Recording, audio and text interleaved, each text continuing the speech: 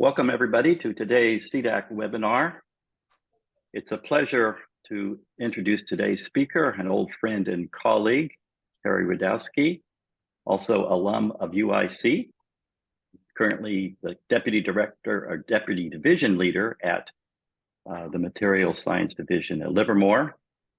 Harry is well known in the extreme conditions materials community for his wide-ranging studies in shockwave compression, including early work on molecular systems such as nitrogen. And that was work in the 1980s, I think, where our paths first crossed.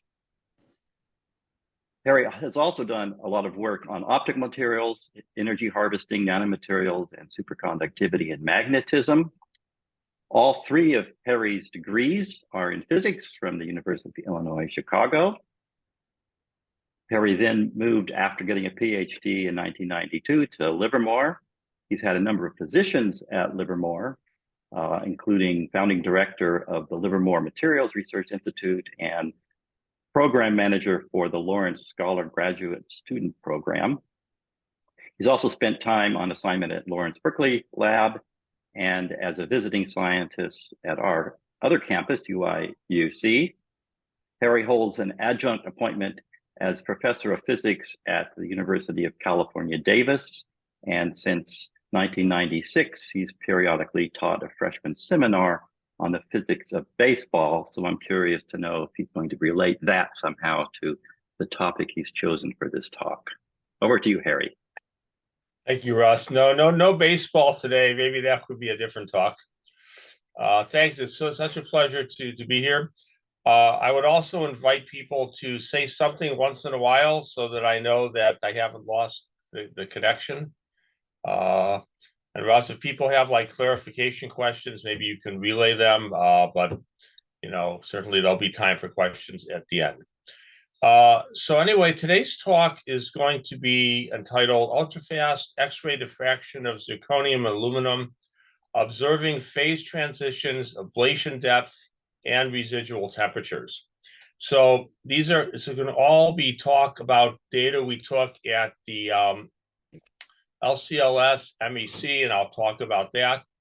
It's also a little bit about getting data on things you meant to get data on, which is in our case observing phase transitions, but then sometimes being able to go back and get mine your data for things that you didn't really appreciate it was telling you about. And that's certainly the truth for the case of ablation depths and residual temperatures.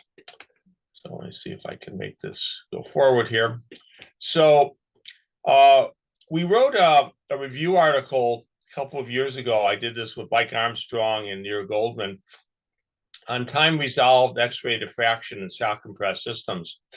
And what I came to realize, both from doing this review paper and also from our own work, is that data you get from XFELs, now other systems as well, but certainly from XFELs, is so you get such a rich amount of data. You can look at so many different types of things that oftentimes it's a matter of paying attention to what's actually there in the data.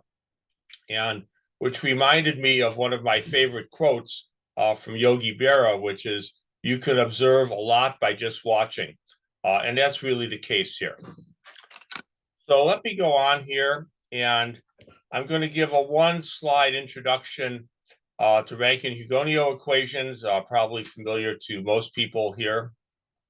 But when you do a shockwave experiment, these are the equations that relate the pressure, volume, and the energy to observables such as the shock speed and the particle speed in your material. And they basically represent just the conservation of mass, momentum, and energy across the phase boundary. They're easily derivable, and when I teach solid state physics, it's actually an exercise I give to the students. And what I show here is a cartoon that was put together some years ago by Hector Lorenzana, and it shows basically on the top velocity versus time. If you were looking at, say, the back surface of a shocked material, and shows things like, you get the Hugoniot elastic limit, you get post-yield flow, phase transitions, and then eventually things happen like squall. And this is kind of what's indicated over here. Russ, can you see my cursor as I move it?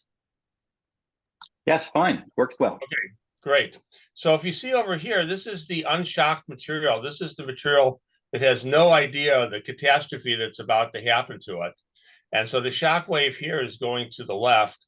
And as the shock wave propagates through, you get the equivalent things here shown for the atoms, 1D elastic, 3D plastic, perhaps new phases occurring. And then eventually at longer times, you'll get things, release waves, and you'll get voids and so on. And one of the great things about doing these type of XFEL experiments is you could actually look at different time domains. You're doing this, as I'll show you, with individual experiments where each experiment is a different place on the sample, but you can vary the time between when the laser hits and when the X-rays probe. And so essentially you can do a time domain study of many of these types of events.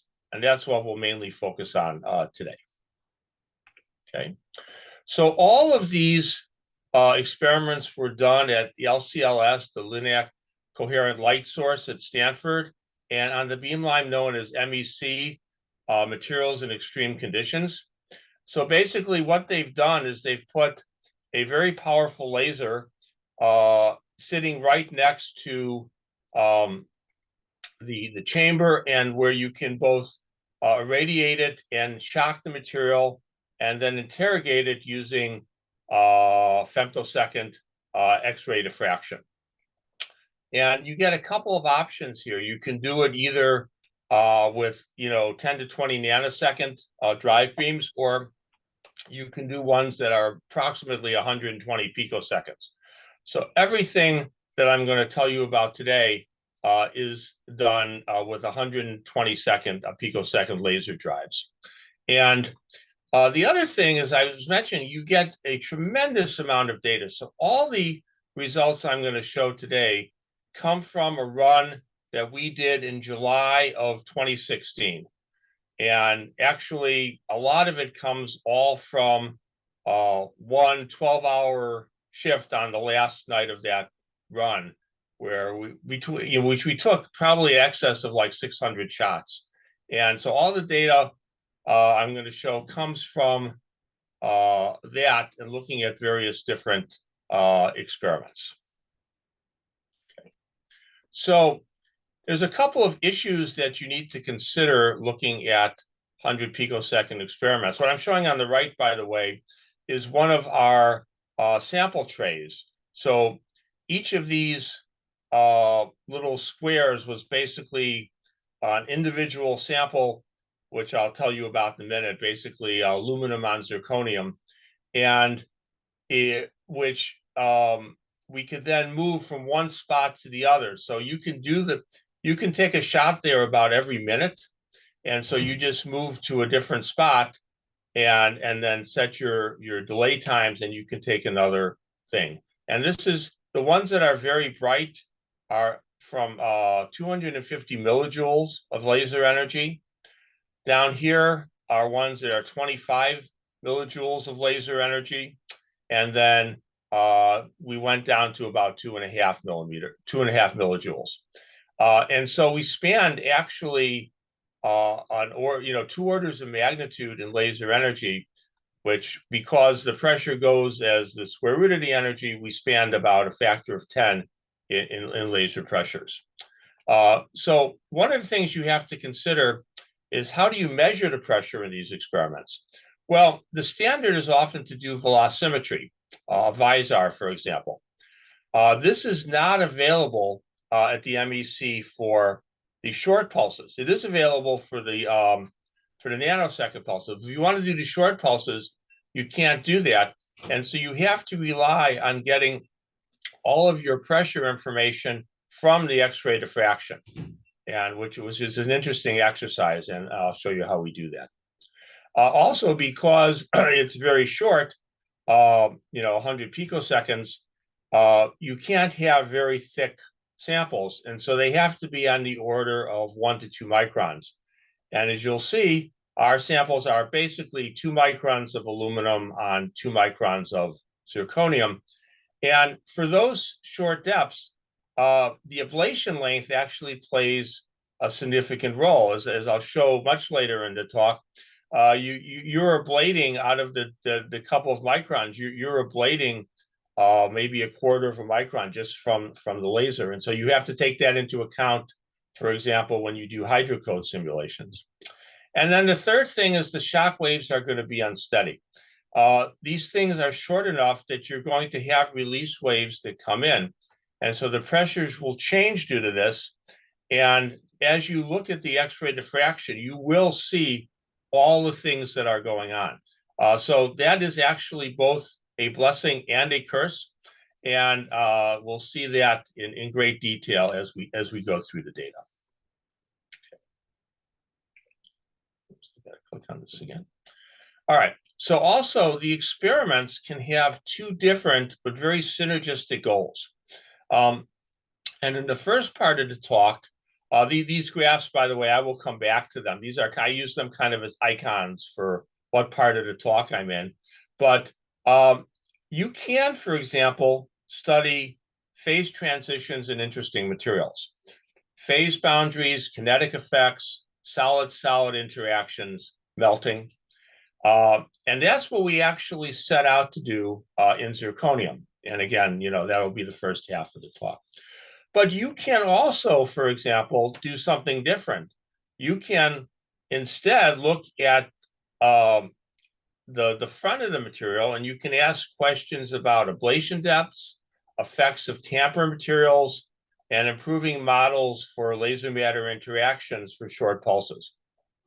So that's actually what we'll talk about in the second half of the talk, where we'll flip from focusing on zirconium and using the aluminum as only a driver to looking at the aluminum and actually being able to use the zirconium as a calibrant for being able to do some of these experiments. Okay, so again, the two things we're going to talk about here are zirconium and aluminum. Zirconium, of course, is a transition metal. Here it is at number 40. It's in the row with titanium and hafnium. All of these three materials have interesting phase transitions as a function of pressure, which I'll show you in a minute. And zirconium is particularly nice because it falls into a range of pressures that are very conducive for what we're able to achieve at the MEC. And then we use aluminum, as I say, primarily as our ablator in the first half of this talk. And it doesn't have any phase transitions until it melts somewhere around the megabar. And we'll talk about that as well. Okay. So here is the zirconium phase diagram. It is very complicated. Well, in some ways it's complicated. So this is plotting temperature on the y-axis versus pressure. And we're looking at it here up to about 70 GPa, and temperature is only up to about 1600. So the melting line isn't on here. You'll see that in a different phase diagram in a minute or two. But it has basically, it starts out in the alpha phase, which is an HCP phase. There's an omega phase, which is simple hexagonal, and there's a beta phase, which is BCC. So if you were to heat up zirconium, sometimes we jokingly call this going the northern route, and you would go straight from alpha into beta, somewhere, close to 1200 K. If you were going to do it at room temperature and just apply pressure, let's say in a diamond cell, you would go from alpha into omega and then finally into beta. There's actually some more complicated phases that have been observed. These are actually in some ways still a little controversial. They're seen under some conditions and not under others. But in general, it's a complicated diagram. And then you have the Hugonio. And this would be a calculation of what the Hugonio looks like. So you start out in alpha, you shock through omega, you ride down on the phase line over here between the omega and the beta, and then you start shocking up into the beta, and eventually you would shock, of course, past the melt line. And so now let's look at our actual sample. So this is about 2 microns of zirconium sputtered onto 2 microns of aluminum. We made a fairly complicated target here so that we could make these arrays of targets that we could hit, once a minute. And so what we have is the pump beam comes in from the right and hits the sample. And then we also have the X-ray beam that goes through at about 23 degrees from the pump beam in angle and looks through the entire sample. We also have a very thin layer of silicon nitride, like 100 nanometers. That was just there to stop the etching. So we did this all on silicon to support it, and then we etched away this reason here. As I'll show you in a minute, this is thin enough. There's no signal from the silicon nitride that we see in the X-rays. Okay, so now returning to the point that you see through the entire sample. Okay, and so here what we're showing is the calculated spectrum for aluminum and the calculated X-ray spectrum from zirconium. And if you combine them together, you get this top spectrum here. And that is pretty much, as you'll see, what we see in our samples. You see zirconium and aluminum at the same time when they're ambient conditions. And then as the shock goes through, you'll see first changes in the aluminum X-ray pattern, and then eventually you see changes in the zirconium.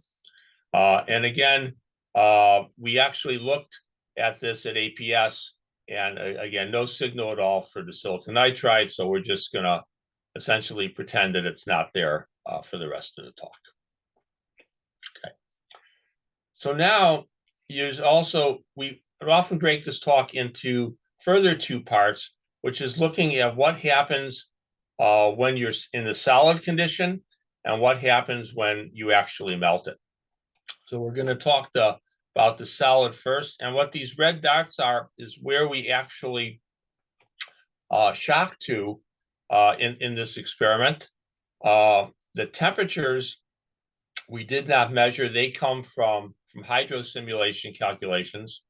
But the pressures we actually measure from the X-ray diffraction, as we'll show. So we put one at low pressures, about 13 GPa, that should have been in the omega phase regime, and the rest of them are in the beta. And then and then eventually we'll switch over. I keep hitting that button. Eventually we'll switch over and talking about what happens when you shock it really hard and you actually melt zirconium. Okay, so the first thing I want to talk about is this. We titled this paper "Observation of Fundamental Mechanisms in Compression-Induced Phase Transformations Using Ultrafast X-ray Diffraction," but it's all zirconium. And one thing I want to point out is, as I show these snapshots of the paper, that's also my way of showing who was involved in this work. As people often say, in many contexts, it takes a village, and it certainly does for XFEL experiments. And the people on here were involved in everything from the fielding the experiment, conceiving it, the simulations, the beamline scientists, the analysis, characterization of the samples, and so on. So it really was a team effort. Okay. So this is what the X-ray diffraction actually looks like. So if you focus on the left, these are the rings, and you see Some of the thinner rings are actually the aluminum, and thicker rings that are very sort of blurred out is actually zirconium. And you can replot them in what they as a cake, which this is, you know, making them into straight lines. But this is what the actual data looks like. And then if you take them as a function of angle, you get the standard types of patterns that we're used to seeing, except this has an awful lot in here. And so I'm going to try to spend a few minutes and unpack this. And Russ, by the way, if there's clarification questions on this, you know, please let me know. I'd be happy to answer those. Because once I explain this, then we're going to start going downhill pretty fast and showing a lot of patterns like this. So this is intensity versus 2 theta. And these are plotted for different times. So these are, I showed you that array with the different squares. So these are hitting different arrays, different squares on there, but at different delay times. So in the first one is at minus 50 picoseconds. So it's before the laser actually hits. And then I have 190 picoseconds and 250 picoseconds. And as I go through this talk, by the way, I'm going to show very selected shots here. If anybody were ever interested in seeing all of the shots that we took, we put them actually all into the supplemental material of that paper that I just showed you. So anybody who was ever interested, it's all there. So we see here, if you look at the ambient, we see the aluminum peaks. These are the first 2 aluminum peaks here. And then these are basically the ambient zirconium peaks. They're a bit broader than you might normally expect. And another thing that is, I can tell a story that doing these experiments, you have to sometimes overcome challenges. And one of the challenges we had is, as we were making these samples, the coder we were using broke down. And the person who was doing this, Paulius Grivicus, was very clever in being able to basically do it all manually without the automatic controls. And so we actually got very usable samples, but we think because of that, we may have some other strain and other things that kind of broadened our lines. So we definitely, you'll see that as we go through, you have to deal with the slightly broadened lines, but you could still see all the effects that you're looking for. Okay, so you see at 190 picoseconds, you haven't hit the zirconium yet, but you have hit the aluminum, and you can see that it's gone down. And you can also see what we call a foot over here. And this foot is actually the shock material. And the reason that it's not just a shifted line is because we have release waves coming through the material. And so there's a variety of shock states that we're seeing in the X-rays. And you can see this also increasing at 250 picoseconds. And what I have here is actually some hydro simulations, which I'll show in a minute. This is pressure versus position, and you can see what the pressure is.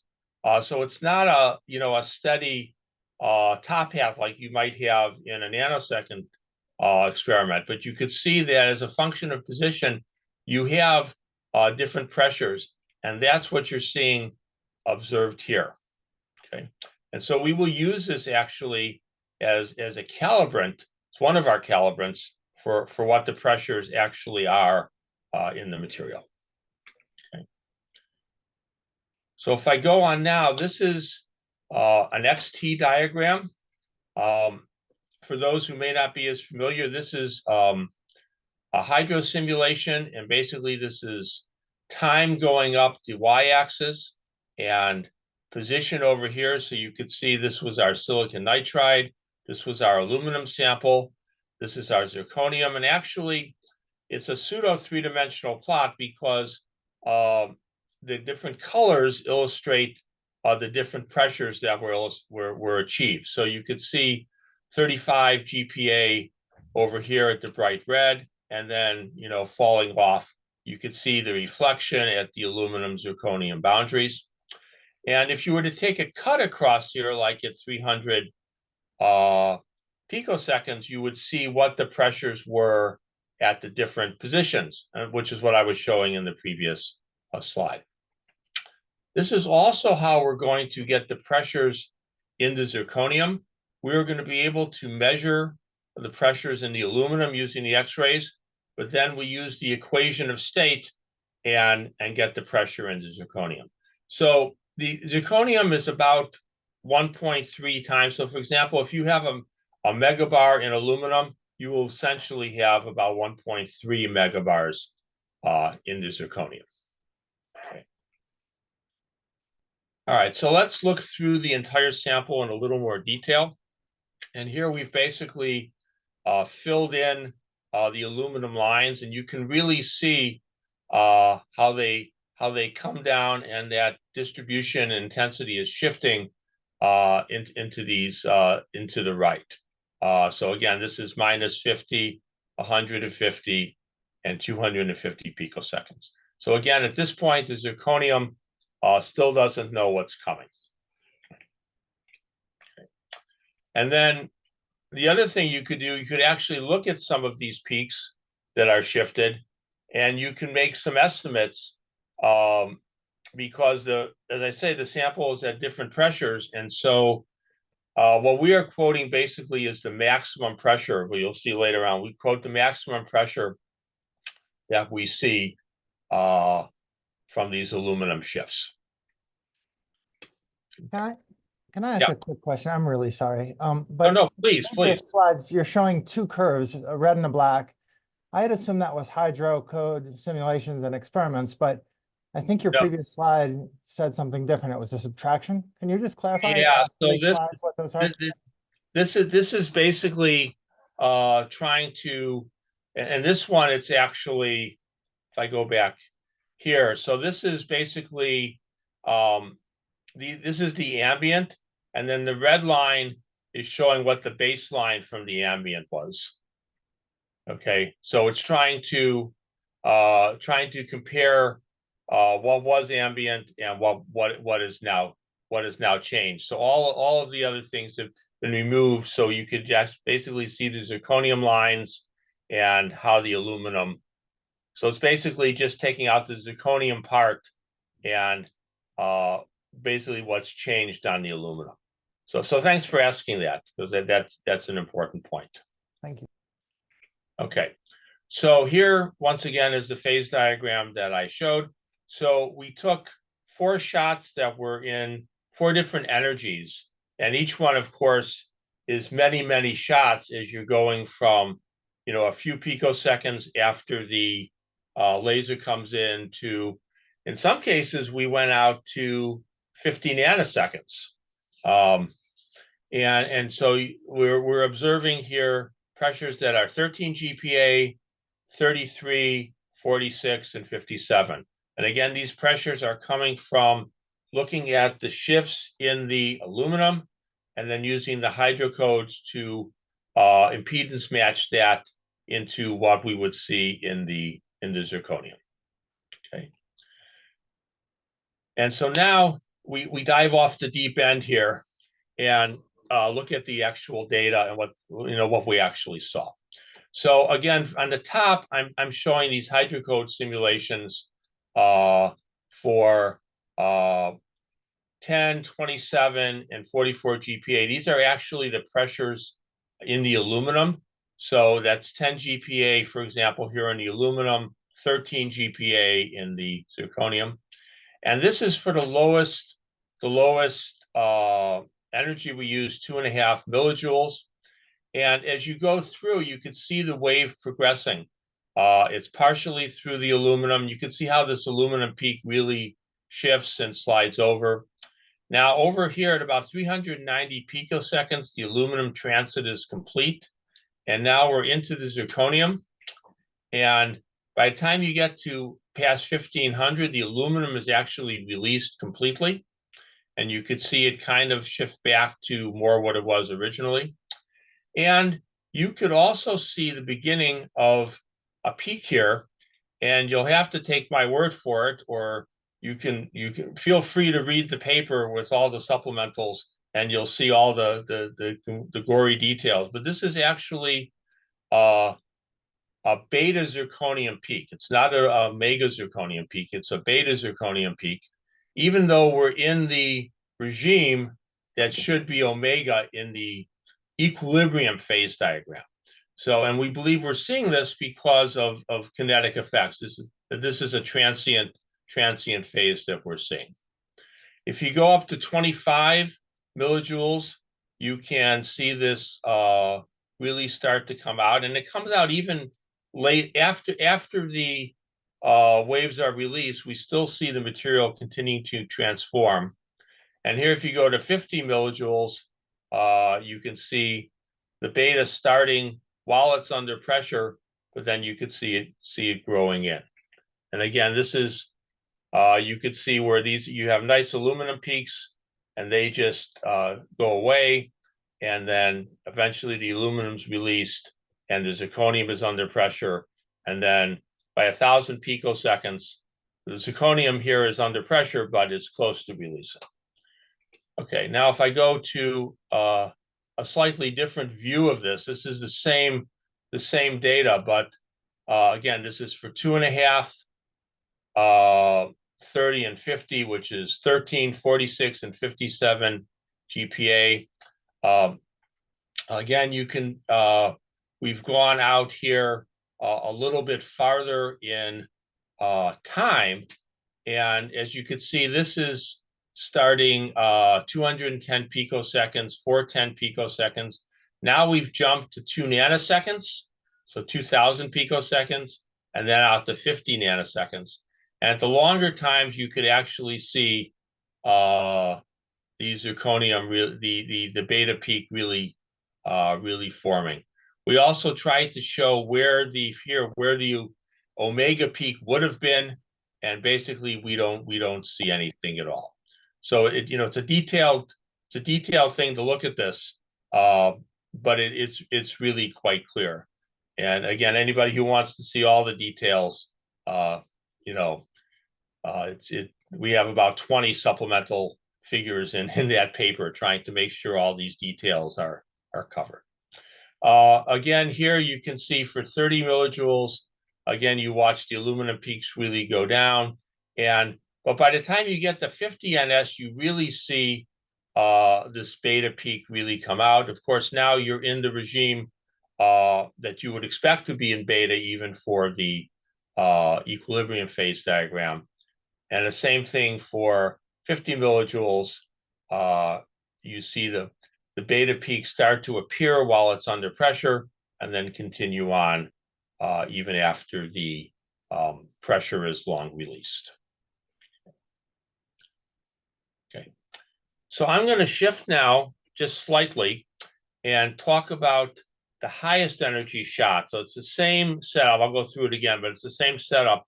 But this is looking at melting and refreezing of zirconium observed with the ultrafast data. And again, these are the people that were involved. A lot of overlap, of course, because it's the same data set. Okay. Now we're looking at an expanded version of the phase diagram, and where not only are you going through the alpha, omega, and into beta, but now you're going up here, which is our point at 1.3 megabars, and an estimated temperature from the hydros of about 7,000 degrees. I would also say that getting these phase lines was not a little non-trivial. There was not good data on zirconium in literature. So part of this, there was actually a measurement made of the phase line, which was showing the data here.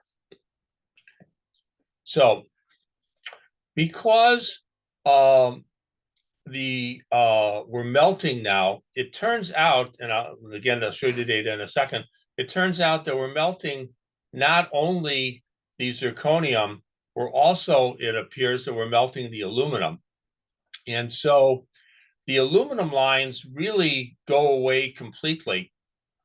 And we're able to actually use the fraction of aluminum that remains in the unshocked part of the sample versus the shock to actually get the amount of material that's left in the sample. So we started out with 2.2 microns of aluminum.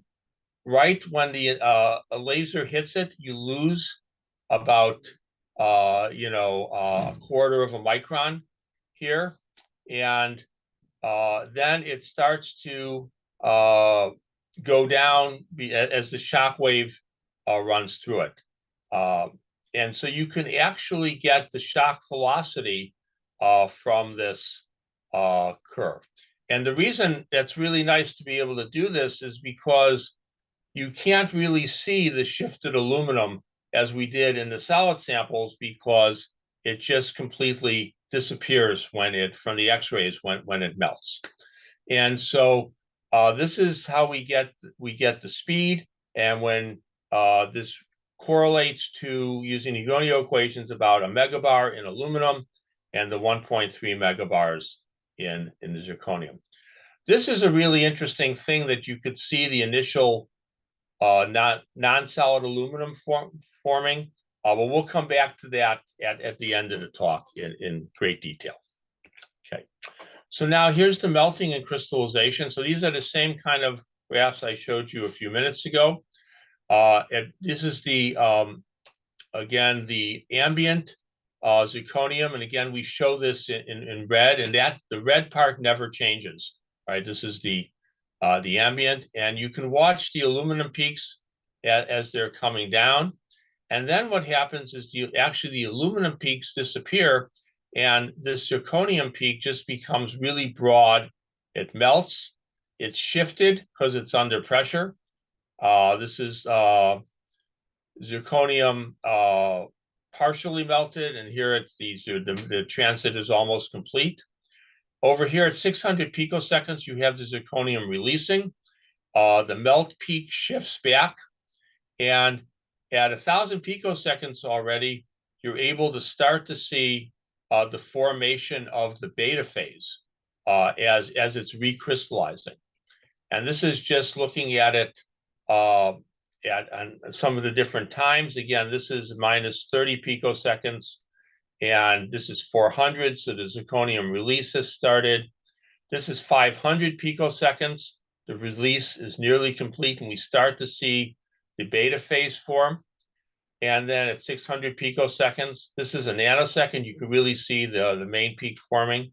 And if now we're jumping a factor of 50 out to 50 nanoseconds, and you could see that the beta has completely formed. The alpha is completely gone, and all you see is the beta, and it's beautiful. It looks like it's almost single crystal, and it stays for a long time. And let's see if I have one more slide on this. I do. Okay, so again, this is focusing on some of the time sequences. You could see a lot what's happening here more at the earlier time with the melting. And then when the transit is complete, you really see the coming back. You can also see this aluminum peak really disappearing. It's just not here. And the interesting thing also is when the zirconium releases, and the aluminum peak never actually comes back. And here you can see the beta peaks forming. And you can see this really clear here. And the reason we believe that the aluminum peaks never come back is zirconium, as it's recrystallizing, you get a lot of latent heat that's brought into the system. And the zirconium stays hot and is actually transferring heat to the aluminum, which has a much lower melting temperature. So we believe that the aluminum stays melted all the way out to the 50 nanoseconds. And there's actually, in the paper I show, there's actually a whole second looking whole section looking at some of the crystallization kinetics and so on. Okay. And then finally we get to, well, let me do this first. This is a paper by Moriarty, Young, and Ross from 1984. When I showed up at Livermore, these were three of the people who helped mentor me. These were the three theorists that are in our division, some of them. And they actually published a paper showing that aluminum actually melts somewhere around 1 megabar. So it's very reasonable that with the megabar pressure we're getting, that we actually are seeing the melting in aluminum. And then finally, you get to one of my favorite slides here.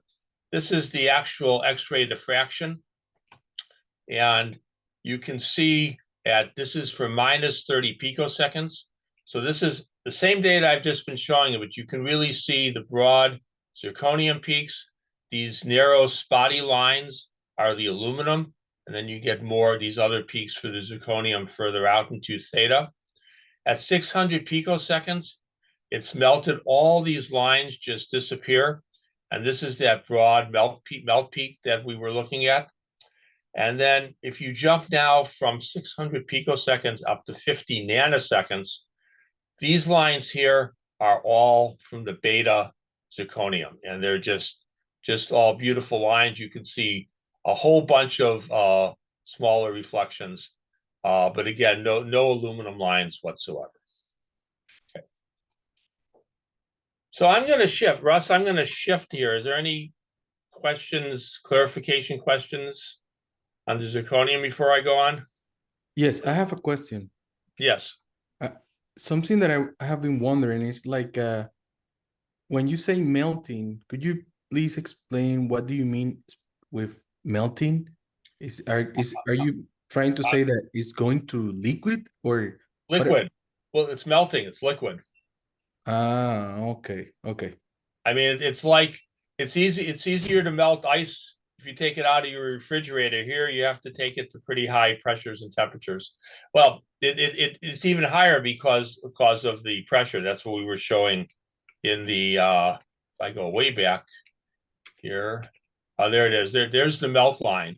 Okay, for zirconium. So when you go above whatever it is, 2100 at zero pressure, you'll go into the liquid. If you are at 1.3 megabars, it's a little bit higher. We think we're way higher than that. We think we're way over the melt line. And I'm not showing it for aluminum, but we also believe we're over in the melt line in aluminum as well. Can I ask you something else? Of course. Okay, but have you done any measurement after that process, like going back, reducing the pressure, and see if that was reversible? So I haven't really explained this very well, apparently. So let me just go back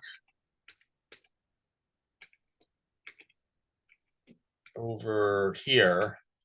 Okay, so these are individual experiments.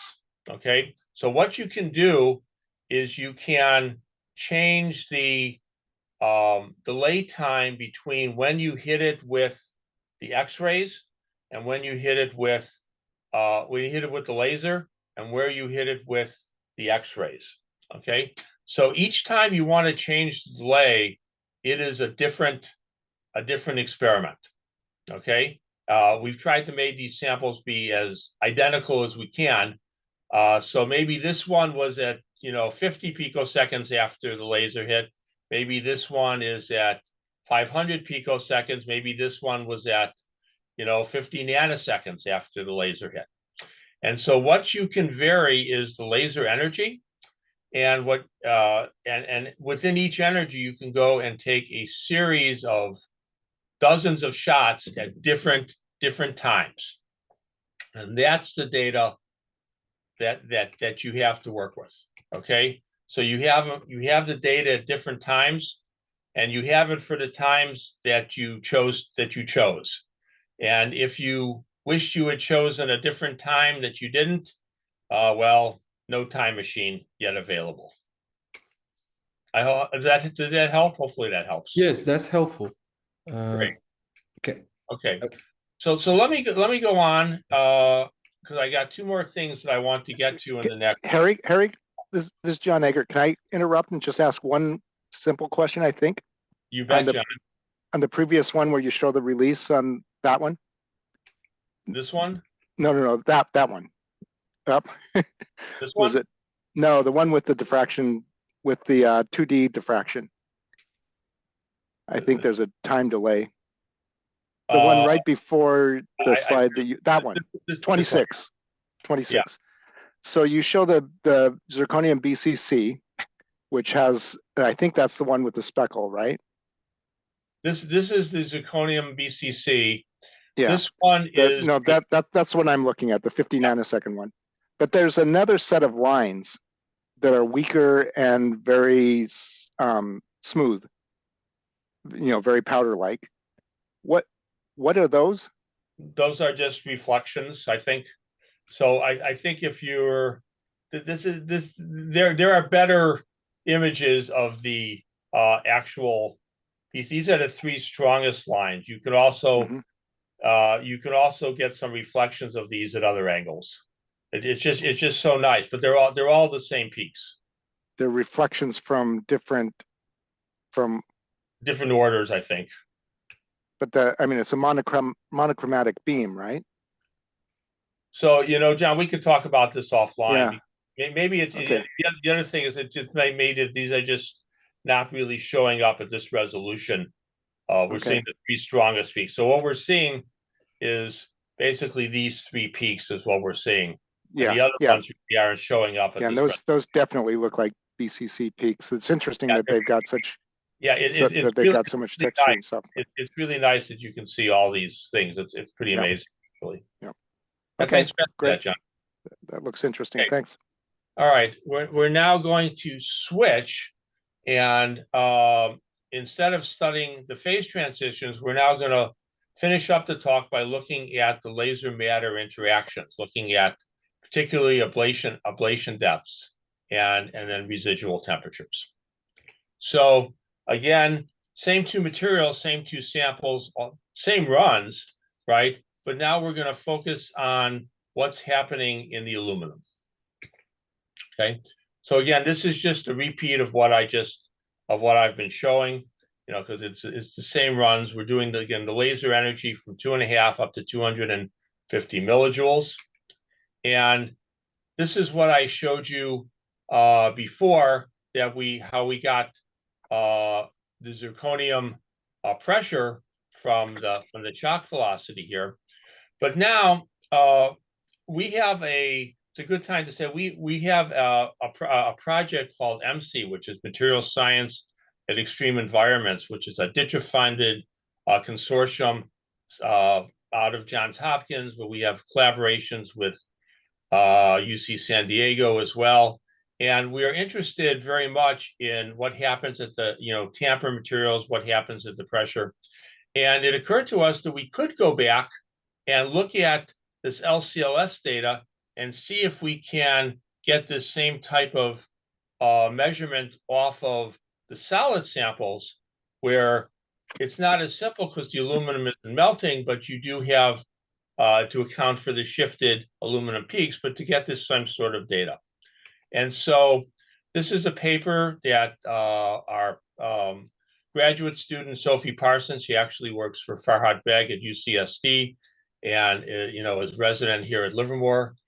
This is just submitted and looking across the study of ablation and shock generation.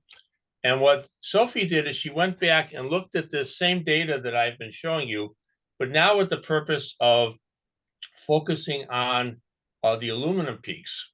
And what she did is fit all of the zirconium peaks in the background and do subtractions. And I've got to say, when I saw this fit for the first time, this aluminum peaks for the first time, I thought maybe it was a simulation, but it's not. This is the actual aluminum data once you subtract everything else off. And now what we're doing is basically looking at how this aluminum data changes as a function of time as the shock runs through the sample. And so what you get is graphs that essentially are equivalent to what we're seeing here.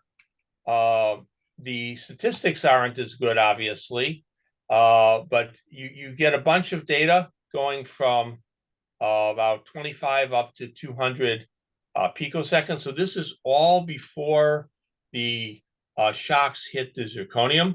And that's important because we're using the zirconium as a normalization to make sure that the intensities for the aluminum peaks are the same for each of the different shots that we're taking. And so what you can tell from this, you can get the slopes from here to get the shock velocity and the pressures. And these actually match pretty well to what we saw from the shifted aluminum lines. And then you could also get how much of the aluminum disappeared or is non-solid aluminum. So in this plot, we're showing in the orange, this is the pressure that we get, and it's basically pressure goes like the square root of the energy, and that follows that pretty well. And then this is what we're seeing for the shock velocities. So basically it goes linear with the energy.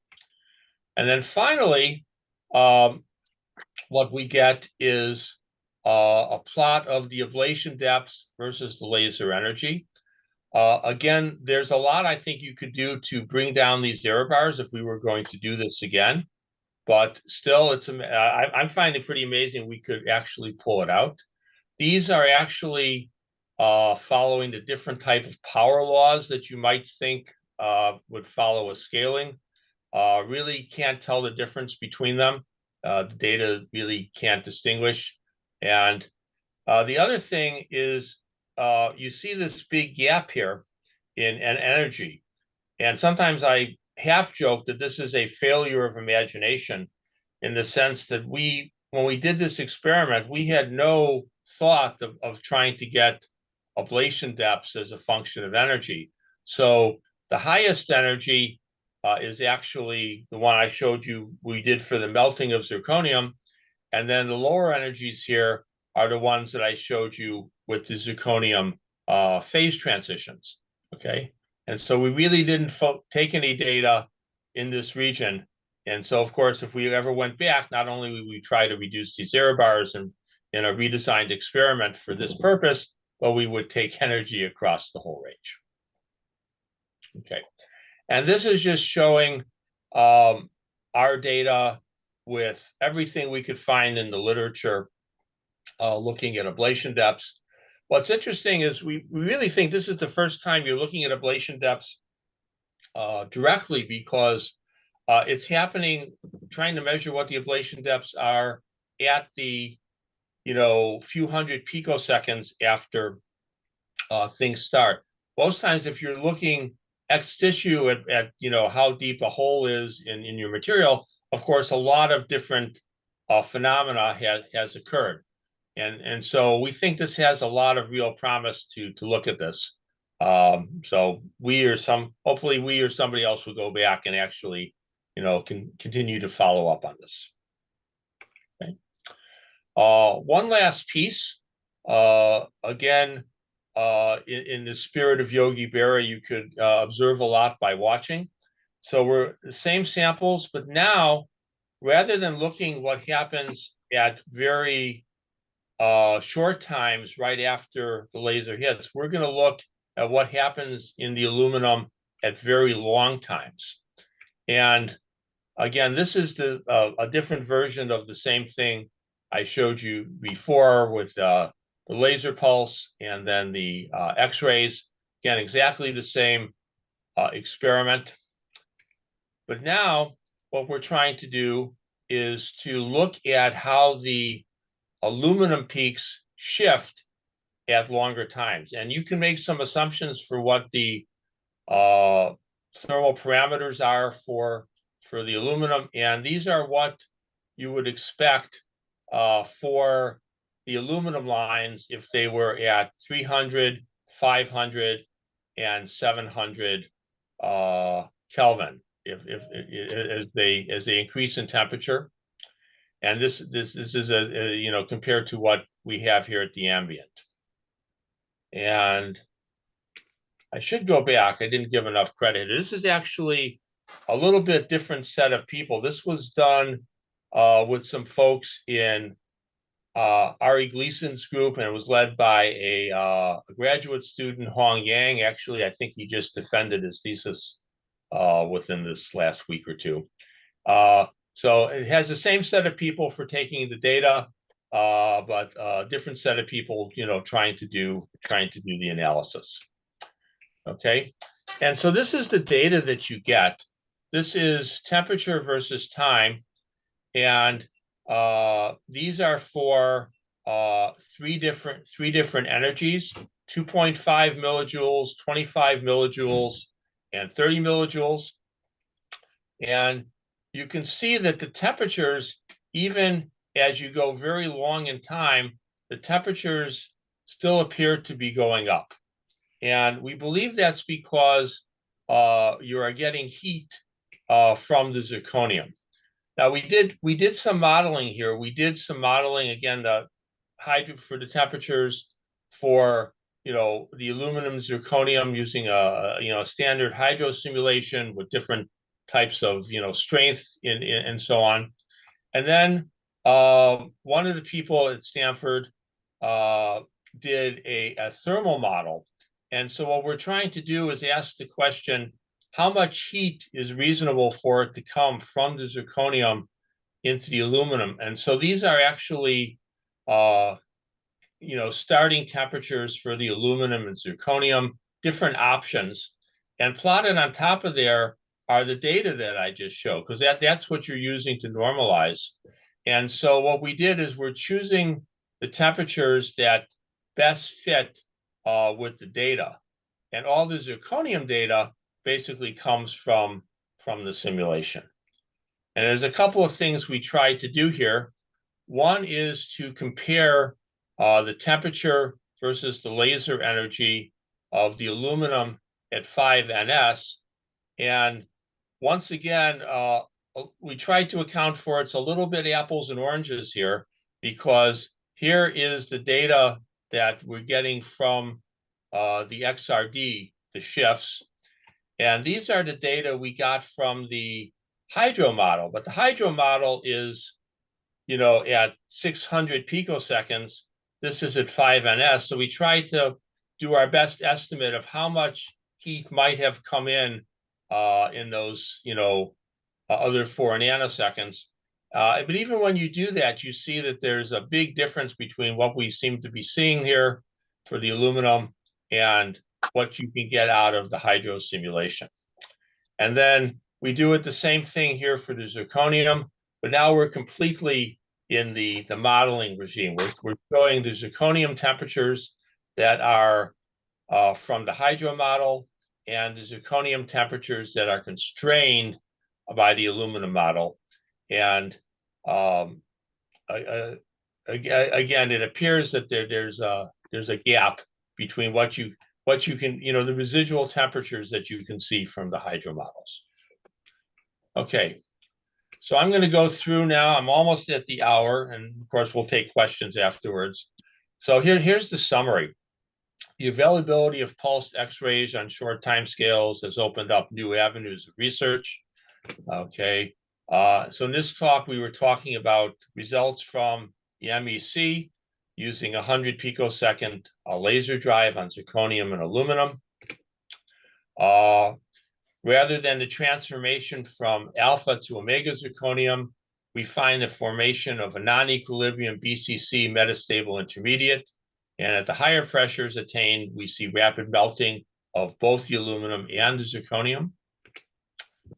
In contrast to longer timescales where the phase diagram alone is adequate predictor of the crystalline structure, these results indicate the importance of metastability and the kinetics of the phase transformations. We observe melting and recrystallization on the picosecond timescales. We observe ablation depths that were measured directly from the X-ray diffraction. And at long times, we find the materials are much hotter than expected from the normal release models. So I'm just going to close. So, I'm talking here about doing laser, X-ray experiments where you don't have any velocimetry data. Of course, you can do velocimetry experiments where you don't have X-ray data, and we've done that as well. Of course, the goal at some point is to do both at the same time on this time scale. There's also a lot of questions you can ask about how the laser ablation physics and hydrocode simulations could be improved. And so there's a lot of work going on for that. But the thing I really wanted to close with is that an offer for collaboration. So we have a system that just started at Livermore. It's called LIGHT, which stands for laser-induced compression at grain scale with high throughput, so that it spells out light. It's run by Paulius Grivicus. I actually mentioned Paulius because he made the zirconium samples many years ago also. This is a 40 joule laser. You can get about a shot per minute with pulse shaping. It's got a lot of diagnostics. And so for the regime where you'd want to get to maybe 50 GPa, you can do a lot of shock experiments and testing of diagnostics and various things on this laser, and very open to people who want to talk to us about collaborations. Okay, with that, I'm going to stop. That's the end, and happy to take any questions. Thanks, Harry. Terrific talk. This is beautiful work. Thank you. So more questions and comments? I have two questions. I hope not asking too many questions, but why? Go ahead, Oscar. Something that I noticed is like you have done all the measurements with powder. Is there any? Why is the reason of using just powder and not actually? It's not actually powder. It's actually. It's not single crystal, but it's basically, if I go back somewhere here, I have actually I have one up here, I think, as well. There we go. So basically these are solid materials. So it's, sputtered aluminum, and then onto it is sputtered the zirconium. Okay, it's not single crystal, but it's good material, it's good purity. And of course, if you wanted to know any of the details, again, that we could talk offline, or it is all in we put all the characterization into the supplemental section of that first paper. I don't know if I would recommend that. We put like 20 graphs and figures in there of everything we knew, just so if we ever had a question, we know where to find it. And so it's not powder. This is actually sputtered thin films. And something that you mentioned at the end, one of the conclusions was that you were able to see some melting and recrystallization, if I'm not wrong. Yes, that's actually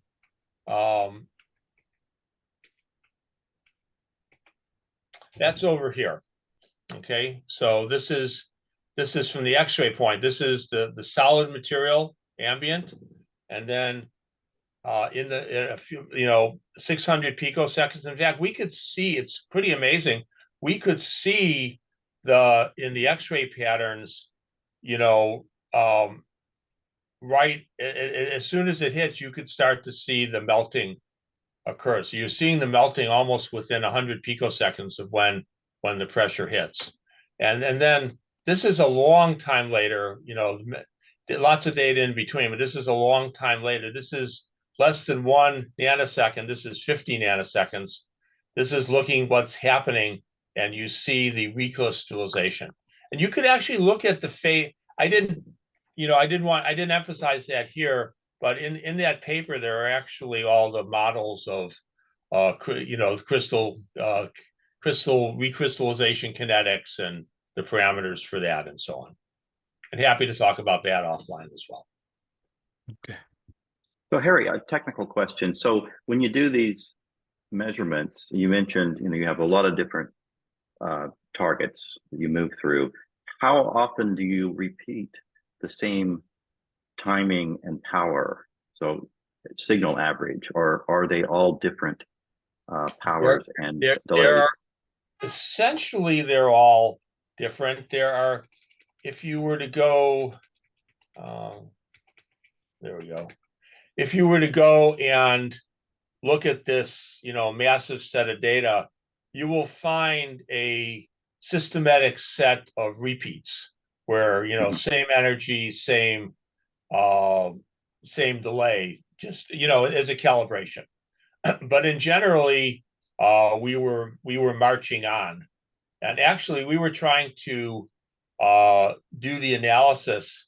We were fortunate. Actually, when we did the shocks, we had Clemens Pressure as part of the team, who wrote Dioptus, and he was actually doing the real time sort of analysis of what we thought we were seeing. Part of the trouble was when we did this, of course, the subtle changes in zirconium really weren't obvious, on the fly. And so the melting you could see right away. So we were basically, trying to set a complete set of data. And I will say also at the time we did this, we had no particularly good idea why we were going out to 50 or 80 nanoseconds. Just we could, and so complete data set. And that turned out, so that's part of what I was getting at. And when I was saying you could observe a lot by watching, we went out and watched to a long time, and it turned out, there were two more papers sitting there waiting to be mined in that data that are actually now submitted in the last few weeks. So was it a big surprise that you only recrystallized to BCC? You don't see that. We weren't expecting that. We did not have a prediction of that, and it was also a big surprise. Well, there were a lot of surprises along the way that we needed to figure things out. But we were not expecting it to stay that hot. We didn't really understand the kinetics and the how the latent heat was pouring, energy back into that and keeping it melted, and the recrystallization would go that long, and that it would be, these peaks were so pristine, right? That, you just get the beautiful BCC. And of course, if you go on, eventually bad things are going to happen, right? Things are going to happen later on to the sample. But at this point, it's just sitting there as a beautiful BCC pattern. But to John's point, there are some faint lines in the pattern, so it'd be interesting to see. Yes, if there's any evidence for anything else. Yeah, we didn't think so. I think they're all indexed to the BCC. Yeah. Okay. And I think that data, if I look in the paper, I'm pretty sure there's a better emphasis on that. More questions, comments? Maybe coming back to your point at the end, the new 40 joule laser and light collaboration. Is this a collaboration with an established partner user team, or is it separate? That is, do you have sort of guaranteed beam time for this, and you're looking for collaborations, or how does it work? Oh, it is not like on LaserNet USA or anything like that. It's all by collaboration. So, for example, for our MC collaboration, we have a set amount of time that we've negotiated, and and pay for the things that need to be paid for, and so on. It's pretty well subscribed, but there are definitely openings, certainly in the coming year and beyond. There are definitely opportunities. So what's there is people can come in and sort of learn how to run things, but the laser is too big to run completely on your own. And so there is a team of people who run the laser, could help with the diagnostics. Sophie, for example, who's Sophie Parsons has been like the first user on this, and she pretty much is expert at doing a lot of this currently. But if you were going to come in as a new user and you're only going to spend a few days or a week, you would take advantage of the fact that there are people there. And of course, you know, you have to worry about how to pay for things and so on. But it's, you know, all that is, you know, the standard kind of things. Okay. And so it's a great opportunity, and we really hope that people will continue to, you know, call and ask and, you know, check out what could be done with this. Okay, great. Anybody else? So you did work in a bit of baseball with the quote from Yogi Berra. I did work in a quote from Yogi Berra. Yeah, absolutely. Great. Yeah. Okay.